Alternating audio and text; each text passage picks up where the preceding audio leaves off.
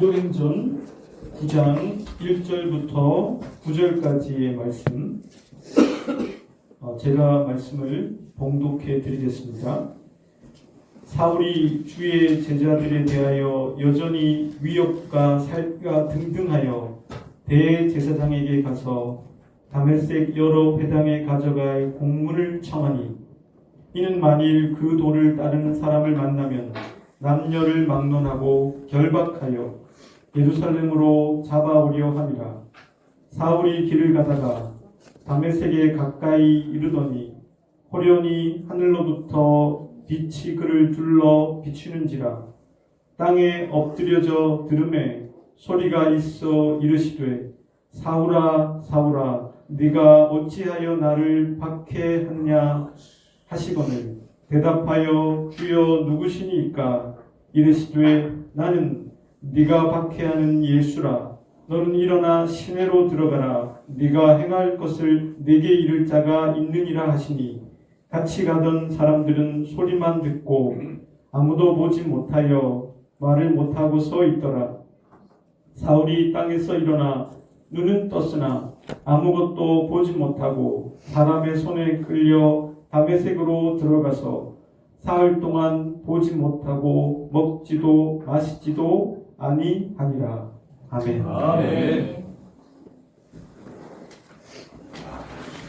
우선은 원래 설교 시간에 인사나 또 다른 이야기를 하는 건 제가 설교학을 배울 때는 하면 안 된다고 배웠습니다만, 오늘은 날이 날이니만큼 제가 설교학 교수님이 가르침을 좀 위배해서 인사를 드리고 시작하는 게 맞을 것 같다는 판단을 했습니다. 안녕하세요. 박수 안 치셔도 됩니다. 저번 시간에 박수는 받으면 안 된다고 제가 꼭 배웠습니다. 신학교 1학년 때.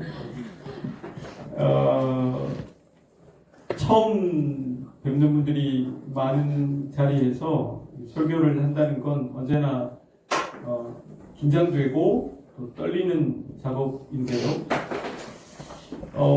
전 그런 생각이 많이 들었습니다. 한번 따라해 보실래요?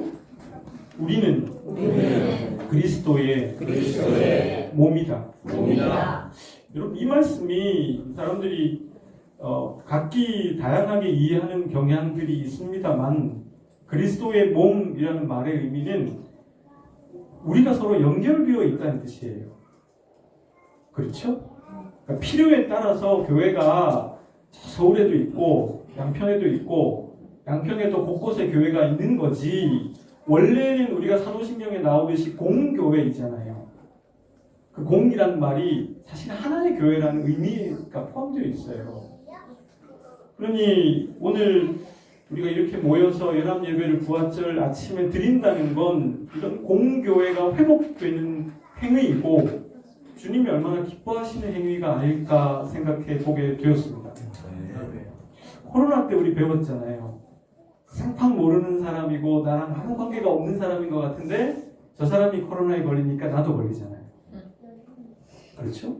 그때 깨달았어요. 우리가 각자 살아가는 것 같아도 전혀 타인인 것 같고 제3의 사람인 것 같은 사람도 서로 연결되어 있다는 걸 깨닫게 됐어요.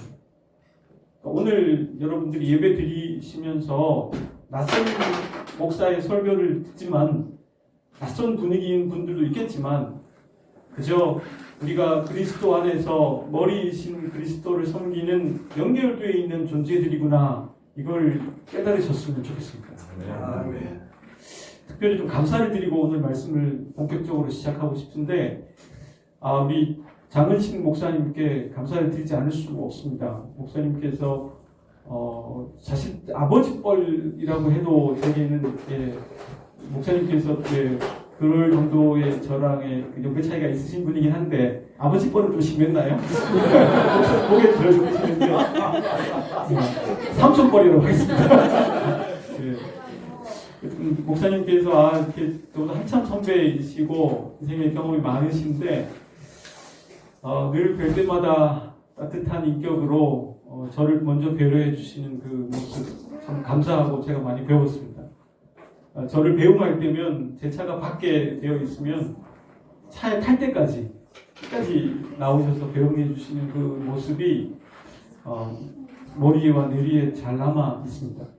목사님께 깊이 감사를 드리고 아마 오늘 연합 예배 때문에 목사님하고 아마 사모님께서 평소에 준비하는 것보다 한 2.5배 더 준비할 게 많으셨을 텐데 여러 가지 배려와 또 이런 기회를 주신 거에 대해서 깊이 감사를 드립니다.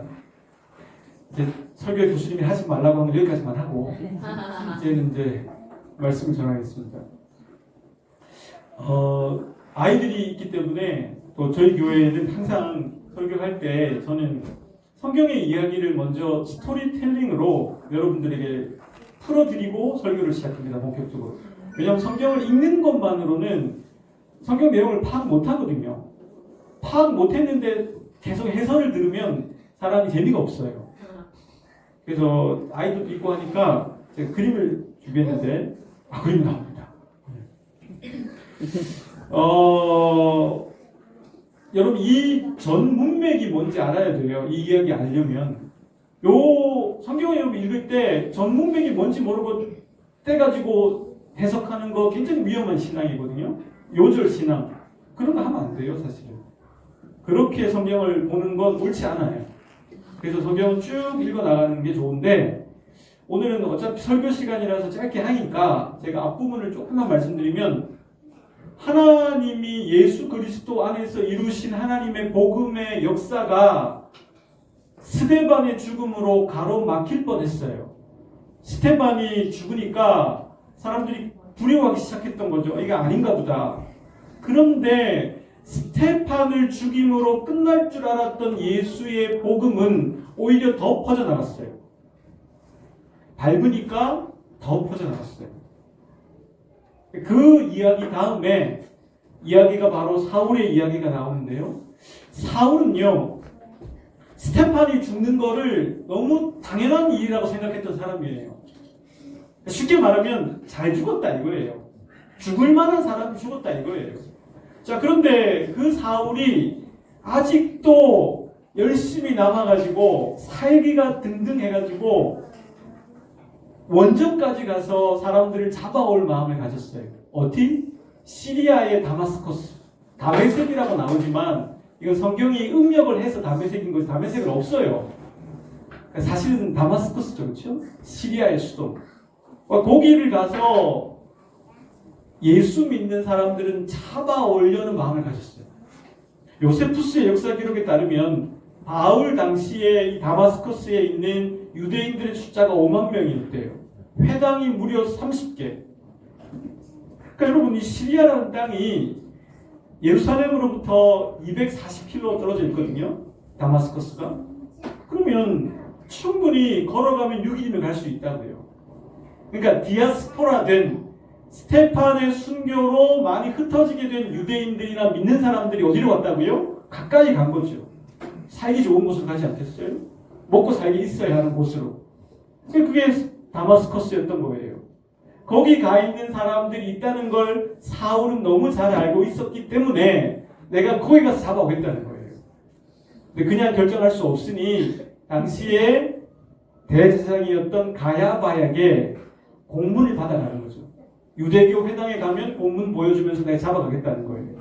그러니까 여러분 이게 색출해 내는 거잖아요. 이게 끔찍한 거예요, 여러분. 유대교 회당에 있는데 예수를 믿냐 안 믿냐로 색출해 내겠다는 거예요. 예수를 믿는 사람은 잡아가지고 끌고 가겠다는 거예요. 남녀를 막론하고. 그러니까 이게 사울이 여러분 악랄한 거잖아요. 이렇게 보면 악랄한 거죠. 근데 사울 입장에서는 악랄한 게 아니죠. 그렇죠? 사울 입장에서는 우리가 볼 때는 악랄한 건데 사울이 볼 때는 맞는 거예요. 이게 올바른 거고. 자, 그런 마음을 가지고 공문을 받아서 지도가 보이실지 모르겠는데 빨간색으로 여기 예루살렘부터 다메섹까지 이게 거리가 240km란 말이에요. 사람이 1시간에 걸을 수 있는 키로를 시속으로 5km 잡아요. 일반적으로. 8시간 걸으면 그렇죠. 5840이니까 40km. 그리고 6일 걸으면 240km. 그래서 많은 학자들은요, 바울이 이 여정을 6일은 걸렸을 거라고 봐요. 사람이기 때문에. 그러니까 6일 동안의 그 여정을 해서 잡아오는 그 길을 갔던 거예요. 자, 거기를 가고 있는데 다메섹이 가까이 왔어요. 이제 초입에 들어선 거죠. 그렇죠? 예, 양평 같으면 그 호수가 보이는 거예요. 이게 저기 폭포 있잖아요. 인공 폭포. 양평에 들어올 때 그쯤 보인 거예요. 이제 다 왔는데 초입에 갑자기 하늘로부터 강한 빛이 비쳤어요. 그러면서 하늘에서 음성이 들렸어요. 옆 사람에게 한번 해보겠습니다. 사울아 사울아, 내가 왜 나를 박해하느냐. 여러분, 이 이야기를 사울 입장에서 들었다면, 여러분 지금 우리가 2000년 훨씬 지나서 얘기를 하니까 감동이 없는데 사울 입장에서는 오죽했겠어요. 아니, 그 예수라는 사람을 지금 박해하러 가고 있는데, 악랄하게 그 예수라는 사람이 죽은 줄 알았는데 그 사람의 음성이 들리니까 얼마나 당황했겠어요. 그래서 사울이 말합니다. 당신은 누굽니까? 주님이라고 해요. 주님 누구십니까? 자, 그러자 따라해 보겠습니다. 옆 사람에게 해보십시오. 내가 핍박하는 예수다. 그럼 이렇게 딱 본인이 누구이신지를 짚어주셨어요. 그렇죠? 두리뭉실하게 얘기한 거 아니에요. 네가 핍박하는 예수다. 그 문장에 다 있잖아요. 그 사울의 지금 핍박하는 행위와 그 핍박을 받는 주체가 누군지를 정확하게 밝히고 있는 문장이에요. 불필요한 내용이 하나도 없는 그런 좋은 문장이죠. 네가 핍박하는 예수다. 그랬더니 사도 바울이 이제 그때부터 앞을 보지 못하고 쓰러졌겠죠, 그렇죠? 이 그림은 뭐 서 있지만 쓰러져서 앞을 보지 못하고 이런 상황이 계속되고 있었어요. 그러니까 주변의 사람들은 이상한 거예요. 우리 성경을 보십시오. 이렇게 돼 있어요. 우리 성경에 다른 사람들은 소리는 듣는데 보지 못했다고 돼 있어요. 그렇죠? 근데 이게 논쟁이 많은 부분이에요. 이 보지 못했다는 게 무슨 뜻일까? 이게 그냥 눈으로 보지 못했다는 뜻이기도 하지만 사실 이 말의 그 원어적인 의미는 이런 뜻이에요. 소리 들었는데 이해를 못하는 거야. 그렇게 이해해야 돼요. 바울은 소리를 들었으니까 그 말은 이해가 된 거죠. 적어도 내가 핍박하고 있는 예수가 나한테 말을 했구나. 그리고 그 예수가 살아있구나라는 건 바울은 안 거예요. 사울은. 그렇죠? 그 얘기예요. 그렇게 이해하시면 좋아요. 근데 이제 바울이 너무 강한 빛을 보고 놀랐기 때문에 예수님께서 말씀하시죠. 너는 이제 네가 앞으로 해야 할 일을 알려줄 사람이 있을 거다. 그게 누구였어요? 아나니아였죠. 나중에 만나게 되는. 근데 그 사람에게 가도록 사람들이 주변에서 그 사람을 다마스커스로 데리고 들어갔어요. 사울은 3일 동안 어둠의 시간을 보냅니다. 앞을 보지도 못하고 먹지도 못하고 듣지도 못하는 시간을 보냈다. 이게 이제 누가의 기록의 오늘 본문의 내용입니다. 파악되셨죠? 네. 이렇게 들으니까 확 되죠, 그렇죠? 이거 중요해요. 성경이 중요한 거죠, 그렇죠? 자, 그러면 이 말씀 가지고 제가 여러분들에게 본격적으로 메시지를 전해 볼 텐데, 이거 굉장히 여러분 중요해요. 이거 아셔야 돼요. 이 전 문맥의 사건, 스테판이 죽은 거 있잖아요. 이 스테판을 죽임으로 초대교회에 아주 유망했던 지도자를 또 유대교에 대해서 저항했던 끝까지 이 스테판을 죽임으로써 유대교 지도자들, 바리새인들, 대제사장들, 서기관들 그리고 사울 같은 사람은요 끝이 날 수 있을 거라고 생각했단 말이에요. 예수가 죽은 건 복음을 확산시킬 수 있는 이유가 되죠. 왜냐하면 사람들 열받으니까. 근데 이제 내가 공격받을 수 있다는 건 다른 차원의 문제예요. 그러니까 스테판을 죽임으로 이제는 이 예수 믿는 자들을 다 도말해버리겠다는 마음을 가졌는데 아니요. 스테판이 죽고 났을 때 복음은 더 확산됐어요. 사마리아 땅으로 유다 땅으로 심지어 에티오피아의 국보를 맡은 간다게의 내시가 그렇죠? 왔다가 빌립을 만나서 세례를 받는 일이 벌어지잖아요. 이게 8장의 내용이거든요. 자, 그러면 우리가 이 말씀 잘 아시잖아요. 안 보이실 텐데 제가 한번 읽어보겠습니다. 오직 성령이 너희에게 임하시면 너희가 권능을 받고 예루살렘과 온 유대와 사마리아와 땅끝까지 이르러 내 증인이 되리라 하시니라. 아멘. 이 말씀이 이루어졌죠? 맞잖아요. 사도행전 1장 8절에 나오는 초반부의 말씀이잖아요. 여러분이 누가는요 성경을 그냥 쓴 게 아니에요. 사도행전을 쓴 누가는 이 말씀이 어떻게 체계적으로 구성될지를 알고 썼다고 봐야 되는 거죠. 이 말씀이 이루어졌다는 거예요. 실제로 스테판이 죽음을 통하여서 복음이 끝날 줄 알았는데, 적어도 가로막히고 위축될 줄 알았는데 아니요. 바로 스테판의 순교 이후에 유다로 가까이에서 복음이 퍼지잖아요. 유다, 조금 더 멀리 사마리아, 그리고 에티오피아 내시가 나온다는 것은 전 세계에 복음이 퍼진다는 그 단초가 되는 사건이잖아요. 그러니까 여기서 알 수 있는 게 있어요. 우리가 예수님의 복음은 이게 막으려고 해도 막을 수가 없는 거죠. 부활절에 계란을 먹는 이유가 거기 있잖아요. 여러분 뿅아리 입장이 돼보세요. 뿅아리, 그 세포. 뿅아리 입장에서는 달걀 껍질은 엄청 두꺼운 거예요. 깰 수가 없어요. 근데 언제 깨죠? 자연스럽게 성장하고 자라서 어떻게 돼요? 지가 깨버리고 나오잖아요. 계란을 부활절에 먹는 이유는 이 때문이에요. 그러니까 예수의 복음은 그 안에 생명력이 넘치기 때문에 못 막는다는 얘기예요. 그렇죠? 자, 그러니까 이대로 복음이 확산이 됐어요. 유다와 예루살렘으로. 뿐만 아니라 전 세계로 나갈 준비가 됐어요. 여기서 여러분 중요한 걸 하나 아셔야 되는데, 여러분 자신에게 한번 물어보십시오. 자기 자신에게 고백해 보세요. 자기 자신한테 말하는 거예요. 자기 자신을 앞에 놓고, 자기 자신 앞에 있어요. 너한테 말하는 거예요. 너 해보세요. 너 이 뜻대로 인생이 되더니? 대답해 보세요. 여러분 인생이 내 뜻대로 되던가 안 되던가요? 돼요 안 돼요? 됐으면 여러분 여기 없겠지. 그쵸? 저도 제 뜻대로 됐으면 여기 없어요. 제가 왜 여기 있겠어요? 네.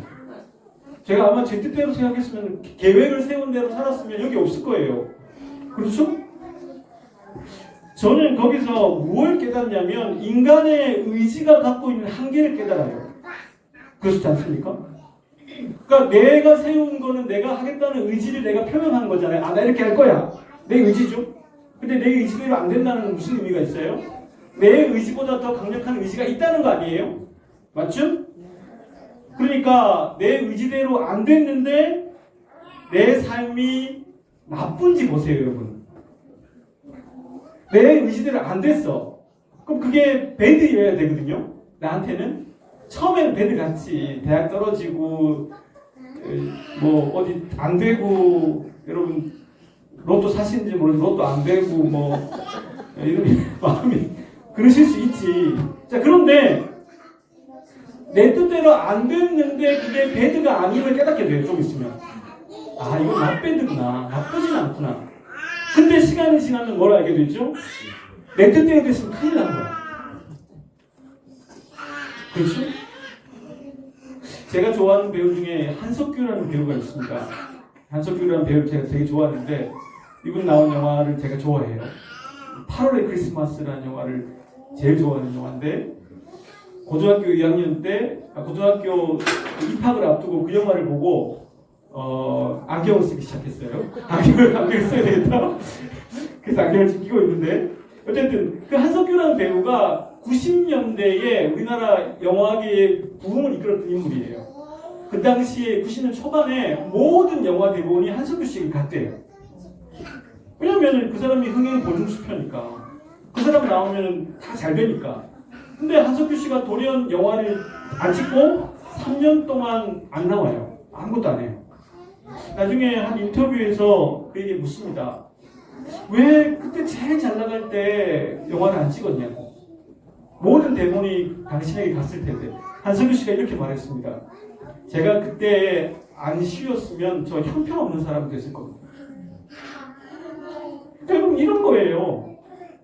우리가 내 뜻대로만 된다는 게 좋지 않을 수 있다는 거예요. 잘 나가는 게.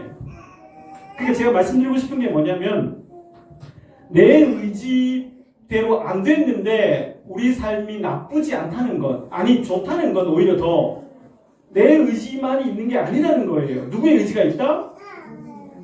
위에 있는 분.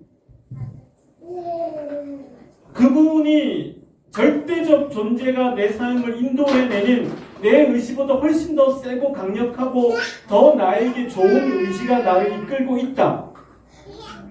아멘 아닌가요? 저는 그거 믿거든요. 그걸 믿기 때문에 내 뜻대로 안 돼도 오늘을 살아가요. 왜냐면 주어진 게 최선일 거라고 믿기 때문에. 그렇지 않습니까? 그러니까 여러분 의지의 한계가 있겠지만 주님은 여러분들의 그 의지의 한계를 뚫고 일하고 계십니다. 그러니까 이걸 우리가 느낄 수 있어요. 이 젊음을 통해서. 자, 그런데 문제가 있어요. 이제 복음이 그러면 하나님의 의지는 확인이 됐어요. 그렇죠? 확인됐으면 누가 복음을 전하느냐의 문제가 생겨요. 무슨 일을 해야 할지는 명백해졌어요. 그 다음 문제는 뭐죠? 누가 그 일을 할 거냐. 그러니까 누가는 그 이야기를 지금 하는 거예요. 8장까지 이야기하다가 그러면 하나님의 의지는 복음이 전 세계까지 퍼져나가는 게 맞아. 그게 맞는데 그럼 누가 이 일을 하지?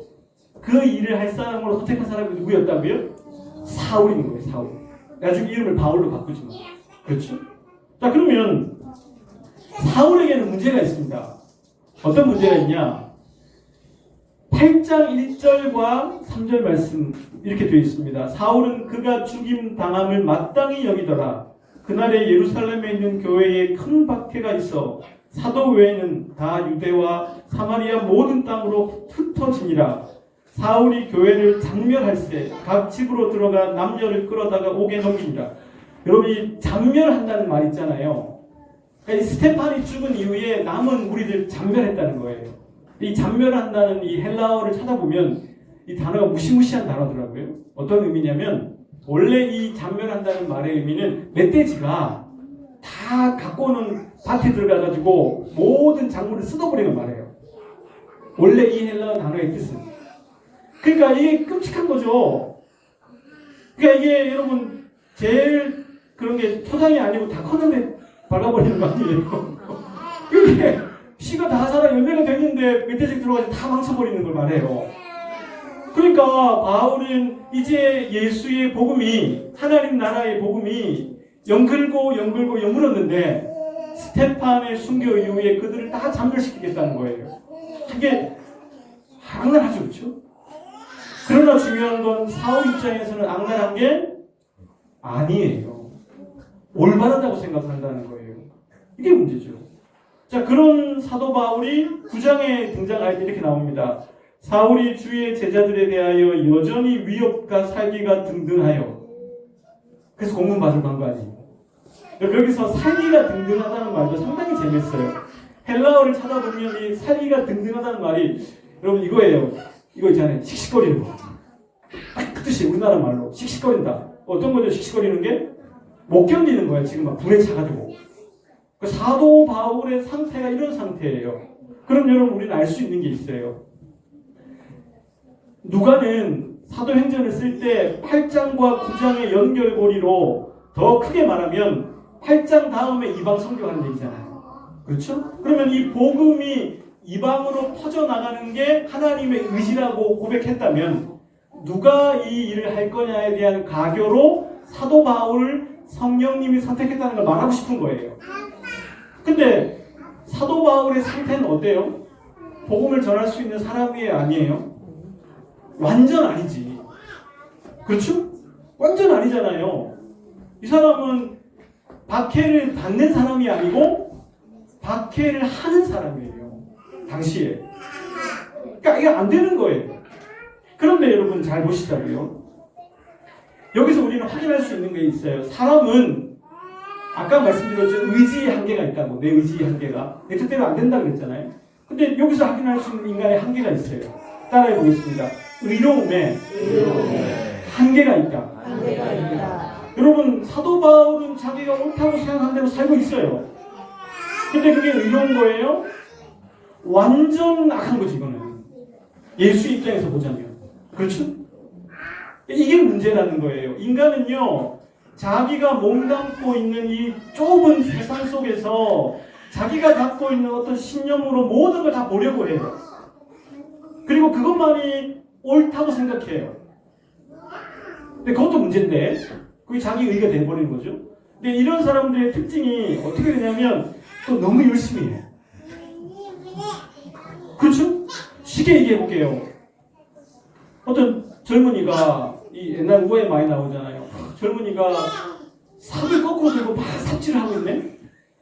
거꾸로 들고. 그러니까 얼마나 이게 손이 아프겠어요. 이 젊은이는 삽질을 해본 적이 없는 거야. 삽이 어떻게 되는지 몰라. 그리고 지나가던 노인이 그럽니다. 젊은이 삽을 거꾸로 들고 삽질을 하면 어떡하나. 가로 열고 삽질하고 있네 진짜. 이 말했을 거 아니에요. 그래서 말합니다. 삽을 반대로 들으면 쉬울 거래요. 그러니까 여러분 무슨 말이냐면 열심히 한다는 게 중요한 게 아니잖아요. 그렇죠? 근데 사람들이 이런 게 있어요. 사람들의 약점인데 자기가 의롭다고 생각하는 사람은 열심히 해도 그렇죠? 그럼 그 사람 어떻게 될까요? 점점 더 자기 의의를 강화하게 되죠. 왜냐하면 열심히 하니까. 여러분 배우자를 위해 기도할 때 청년들이 이렇게 기도하는 사람 봤어요. 주님 키는 180입니다. 제가 그 기도를 듣고 저는 결혼 못했다고 생각했어요. 기분이 나쁘더라고요. 일단 처음부터. 자, 그 다음 연봉은 뭐 6천 이상입니다. 제가 그걸 듣고 생각했어요. 나는 결혼 아예 못하겠구나. 목사가 무슨 6천을 받아요. 그렇죠? 자, 그 다음에 이러더라고요. 집은 어느 정도다. 뭐 어떻게? 제가 그 기도를 들으면서 이런 생각이 드는 거예요. 자, 그럼 이 자매가 그 기도 제목을 리스트를 10가지 적어놓고 기도를 해요. 그러면 100번쯤 기도하면 어떻게 될까요? 어떻게 될까요? 100번쯤 기도해봐 어떻게 되는지 어떻게 될 것 같아요? 그러면요 나중에 남자를 만날 때 그게 강화가 돼가지고 딴 놈은 안 보인다고. 그렇죠? 180 이상만 보이고 그 연봉 딱 그렇게만 보이고 조건이 되는 거예요. 그러면서 그러고 그 사람이 이렇게 생각한다고. 아, 하나님의 뜻이 없나 보다. 그리고 그 사람 그거에 부합한 사람 만나면 하나님 뜻이라고 말해. 그게 어디 있어요? 그런 게. 아니 그걸 어떻게 하나님 뜻을 자기 결정해? 왜 그렇게 했을까요? 열심히 했거든. 너무 열심히 하니까 그렇게 돼버린 거야. 그래서 여러분 사실은 우리의 이 신앙생활이 자칫 잘못하면 사도 바울, 사울식의 신앙생활이 될 가능성이 있다는 거예요. 왜냐? 인간은 뭐가 바른지 모르거든요. 뭐가 의로운지 몰라요. 여러분 그렇게 생각하는 사람이 있다면 그 사람 잘못된 사람이에요. 그래서 회의를 해보면 새벽기도 매일 나오는 사람이 회의 시간에 소리가 커요. 제가 저는 평소에 인격적인데 왜 의견을 내입할 때 자기 목소리가 크지? 가만히 관찰해보니까 이분이 말끝에 그게 나오는 거야. 자기가 새벽기도 매일 나오니까 자기 뜻이 하나님 뜻이 가깝다고 생각을 하더라고. 죄송해요. 제가 그분한테 나중에 한참 친해지고 나서 한잔하면서 오해하지 마세요. 커피 한잔 하면서 또 오해하시죠. 둘이 있을 때 뭐라고 이렇게 얘기했어요. 집사님 나랑 친하니까 내가 드리는 말씀인데 그럴 거면 새벽기도 나오지 마세요. 차라리. 네 그랬어요. 아니 또 오해하지 마시고 오지 말라는 말이 아니잖아요. 이게. 그럴 거면 오지 말라 그랬어요. 제가. 왜냐면 본인이 회의하면서 자기 의가 돼가지고 자기가 지성이면 감춰있는 식으로 기도했으니까 열심히 했으니까 내 뜻이 하나님의 뜻이라고 생각하고 말한다는 걸 오만한 거지. 그거는 신앙이 제일 반대되는 영역이에요. 그러면 안 되는 거 아니에요. 무슨 얘기를 하고 싶으냐? 사도 바울은 사울일 때 하나님이 선택한 그릇이어야 하는데 그릇일 수 없는 사람이었다고. 왜냐하면 자기의 의에 휩싸일 수 있거든요. 너무 열심히 해. 자기의 방향이 틀릴 수 있다는 생각을 전혀 못하고 살아가는 사람이라는 거예요. 얼마나 안타까워요, 여러분, 이거는. 자, 그런데 오늘의 핵심은 예수님이 그런 사도 바울을 경상도 말로 지금 제가 할게요. 경상 출신이니까 제가 바꿔가지고 쓰겠다는 거예요. 이게 이렇게 해야 이해가 가요, 저는. 전 어릴 때 그렇게 들었거든요. 시골에서 목사님들이 사도 바울을 바꿔가지고 썼다. 이해가세요? 무슨 말인지? 아, 서울 사람들 나를 듣는구나. 그러니까 체인지 했다는 거예요. 이 사람을 회심시켜서 사용했다는 거예요. 저는 그게 되게, 저는 그래서 바꿔서 사용했다는 말이 되게 와닿아요. 제 뉘앙스가. 어떻게 바꿨냐가 중요하잖아요. 두 가지인데 간단합니다. 이거 여러분 오늘 핵심이 이거예요. 첫 번째 따라해 보겠습니다. 내가 예수다. 여러분 이게 이상하지 않으세요? 만약에 사도 바울을 복음 전하러 사람으로 삼고 싶으면 예수님이 사도 바울 만나가지고 첫 번째 해야 할 얘기가 뭐겠어요? 내가 예수다가 아니고 나 너 사용하고 싶어. 그러니까 너 준비해. 너는 저기 준비된 그릇이야 나의. 이 얘기 먼저 하고 싶을 거 아니에요. 예수님이 급하면. 여러분 우리가 누구 만나가지고 일이 처리가 급하다 보면 뭐가 돼요? 인사도 안 하고 막 일을 해. 그렇죠? 근데 갑자기 그분이 그래요. 너 당신 누구지 모르는데 그래요. 그럴 수 있잖아요. 지금 그런 식인 거야. 예수님이 복음 전하는 거에 급하면 그게 더 중요하다고 생각하면 그 얘기부터 할 거예요. 근데 그게 중요한 게 아니지. 뭐가 중요해요? 네가 핍박하는 그 예수가 나다. 내가 지금 너에게 말하고 있다. 그게 중요한 거예요. 이해되세요? 왜냐면 네가 핍박하는 예수라 이 말은 무슨 뜻이에요? 그래, 네가 핍박하는 내가 죽었는데 살아났거든? 그 말이잖아요. 살아났다는 얘기고. 그럼 살아났다는 말은 무슨 의미예요? 너희들이 나를 죽이고 스테판을 죽여서 복음을 막으려고 했지만 막을 수 없을걸? 그 말은 또 무슨 말이에요?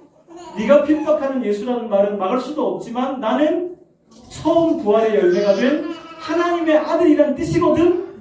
그 말은 또 무슨 말이에요? 내가 하나님의 아들일 뿐만 아니라 내가 메시아거든? 그 말이잖아요. 그러니까 네가 박해하는 예수다 이 말 자체에 그게 다 들어가 있어요. 함축적인 말이죠. 매우. 그러니까 바울에게는 지금 저게 필요한 거예요. 방향을 잘못 잡는 이유가 뭐예요? 나에게서 의로움을 찾고 있어. 사울이. 그렇죠? 그리고 하나님의 의지보다는 자기 의지로 살고 있어요. 지금. 왜냐하면 인간은 의지의 한계가 있고 의로움의 한계가 있는데 그걸 인정하지 않고 자기 열심으로 의를 삼고 있으니까 그게 안 되는 거죠. 중요한 게 바로 예수님이 누군지를 정확하게 아는 거예요. 그렇죠? 자, 두 번째,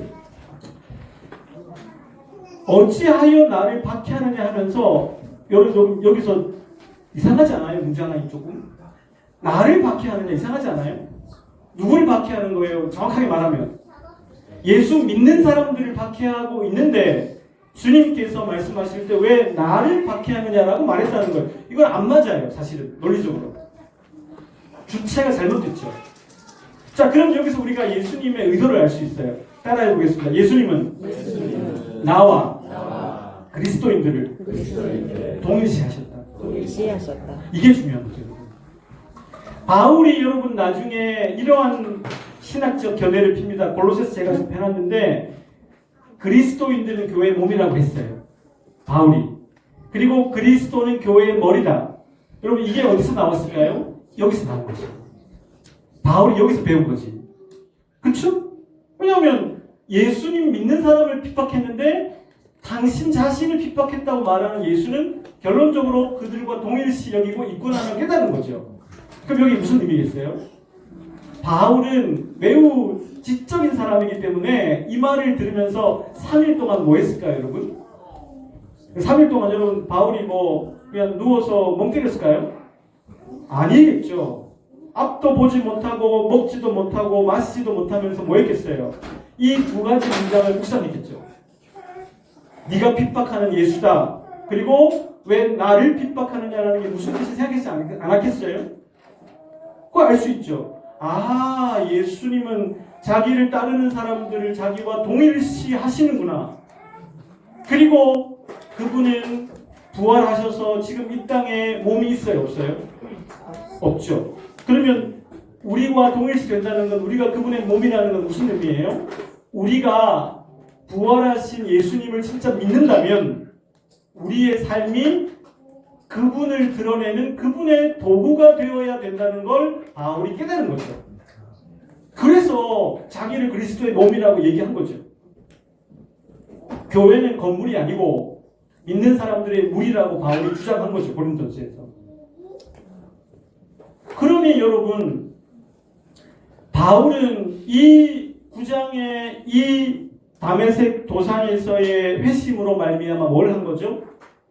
부활한 거죠.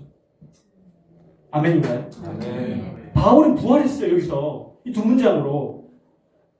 어떻게? 자기의 의로움의 한계를 인정하고 내가 갖고 있는 열심의 한계도 인정하고 내가 의지적으로 하고 있는 그거의 한계도 인정하면서 누구를 받아들여요?